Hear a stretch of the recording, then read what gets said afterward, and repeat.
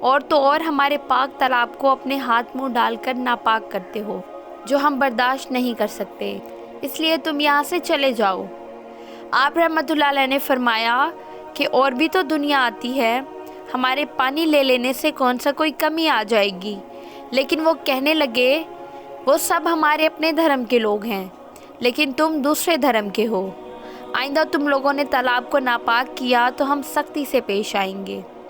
آپ رحمۃ اللہ علیہ نے حضرت قطب الدین بختیار سے فرمایا، قطب الدین، شاید یہ لوگ آئندہ ہمارے پانی لینے پر فساد برپا کریں گے، جاؤ ایک مشکیزہ پانی لے آؤ تاکہ ضرورت کے وقت کچھ پانی تو میسر ہو۔ لہٰذا حضرت قطب الدین نے ان سے فرمایا، چلو ہم مشکیزہ بھر لیتے ہیں۔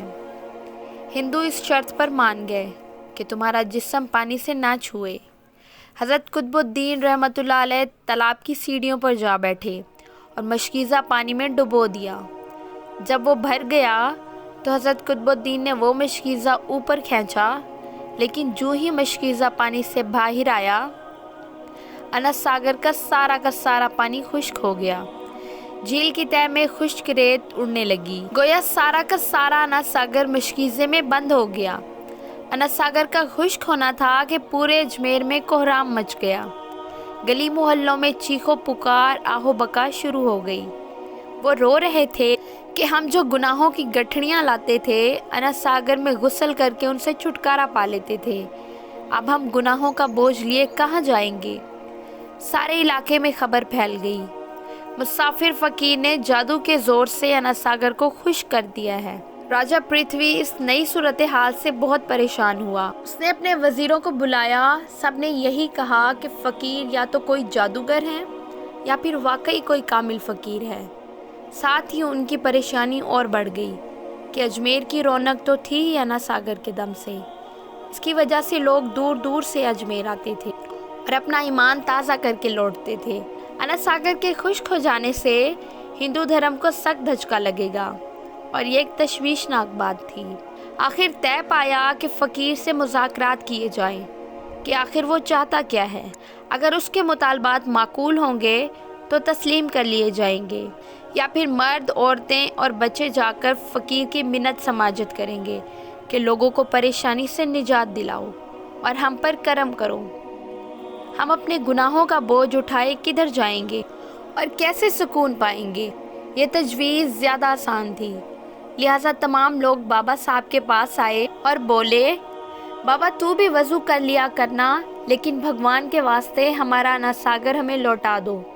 حضرت خواجہ غریب نواز رحمۃ اللہ علیہ نے حضرت قطب الدین سے فرمایا، جاؤ قطب الدین، یہ مشکیزہ واپس تالاب میں ڈالاؤ۔ جیسے ہی مشکیزہ تالاب میں الٹایا گیا، انس ساگر کناروں تک اچھل آیا۔ اس پانی نے کئی دلوں کو دھو ڈالا۔ ہندو قوم کی اپنی تاریخی کتابوں میں بھی ہندو مورخین اس بات کو تسلیم کرتے ہیں کہ اس شام 32,000 ہندو کلمہ پڑھ کر مسلمان ہو گئے۔ ان ہندوؤں کے مسلمان ہو جانے سے ہندو پنڈتوں اور تمام ہندوؤں پر بھی غم و غصے کا طوفان کھڑا ہو گیا، اور وہ سوچ میں پڑ گئے کہ فقیر اگر مزید کچھ دن ادھر رہ گیا تو دیوی اور دیوتاؤں کا تو نام لینے والا کوئی نہیں رہے گا۔ لہٰذا لوگوں نے راجہ کو مجبور کیا کہ جلد کچھ کیا جائے۔ راجہ نے مندر کے بڑے پنڈت رام دیو کو بلایا تو اس سے بابا صاحب سے مناظرہ رکھ کر جلد از جلد شکست دینے اور اجمیر سے باہر نکالنے کا حکم دیا۔ رام دیو اپنے وقت کا مانا ہوا پنڈت تھا، جس کی علمی قابلیت کی دور دور تک دھوم مچی ہوئی تھی۔ دراصل پنڈت شیطانی اور جادوئی طاقتوں کا مالک تھا۔ اس نے راجہ پرتھوی کو یقین دلایا کہ جلد ہی راجہ کوئی اچھی خبر سنے گا۔ رام دیو بابا صاحب کے پاس آیا اور اپنے الٹے سیدھے سوالات کرنے شروع کر دیے۔ حضرت خواجہ رحمۃ اللہ علیہ نے خاموشی اختیار کیے رکھی۔ جب رام دیو نے حد سے بڑھ کر شور مچانا شروع کر دیا تو حضرت خواجہ رحمۃ اللہ علیہ نے اس کی طرف آنکھ اٹھائی اور مسکرا کر کہا، رام دیو، تو شور مچا رہا ہے اور میں تیرے ماتھے پر ایمان کا نور چمکتا ہوا دیکھ رہا ہوں۔ اس نگاہ اور اس لہجے میں نہ جانے کیا جادو تھا کہ رام دیو قدموں پر گرا اور روتے ہوئے بولا، بابا جس دھرم کے تم ہو مجھے بھی اس دھرم میں شامل کر لو۔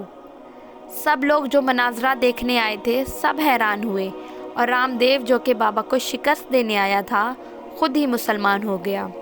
تاریخ کی کتابیں بھری پڑی ہیں۔